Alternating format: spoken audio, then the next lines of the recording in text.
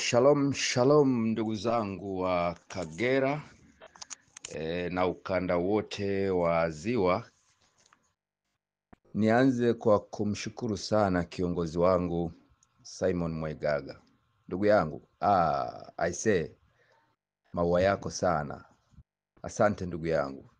Sina maneno yanayotosha kuelezea shukurani za moyo wangu kwa namna ulivyo kwanza nialika kwenye ukanda huu na grupu hili, lakini pili namna ulivyo nikaribisha. Umenikaribisha kwa bashasha na kwa maneno mazuri. Umenielezea vizuri. Nakushukuru sana ndugu yangu. Asante.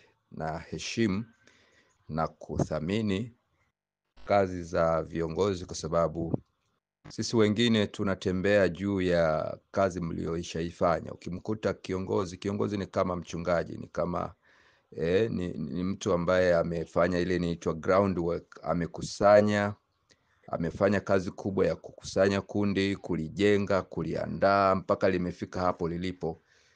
Kwa hiyo tunapopata sisi fursa ya kuzungumza na watu kutusikiliza na kutuelewa, ni kwa sababu ya kazi kubwa sana aliyoifanya kiongozi. Kwa hiyo sina namna ya kukuelezea ndugu yangu Simon Mwegaga. Asante sana. Asante ndugu yangu. Na appreciate sana. Na asante pia kwa mwaliko. Na asante pia kwa kunipa nafasi ya kujumuika na ndugu zangu wa kanda hii ya Kagera.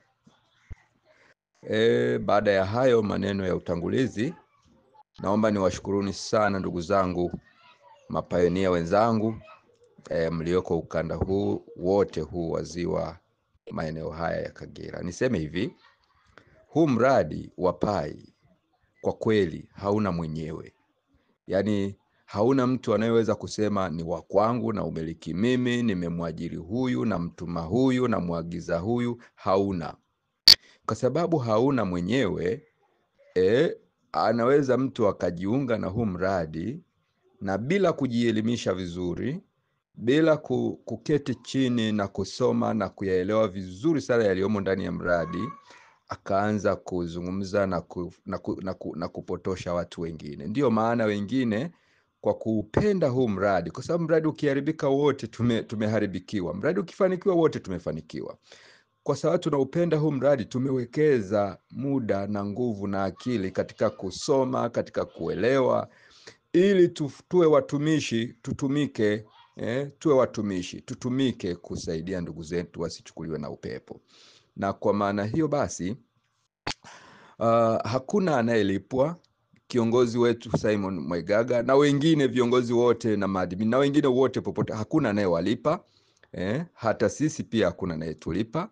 Ni kwamba wote tunashikana kama vile mwili ulivyo, miguu ni muhimu, mikono ni muhimu, macho ni muhimu, masikio ni muhimu, na hakuna kiungo kitajisema chenyewe ni bora kuliko kingine. Sisi wote tunafanya kazi moja ya kujenga huu mradi.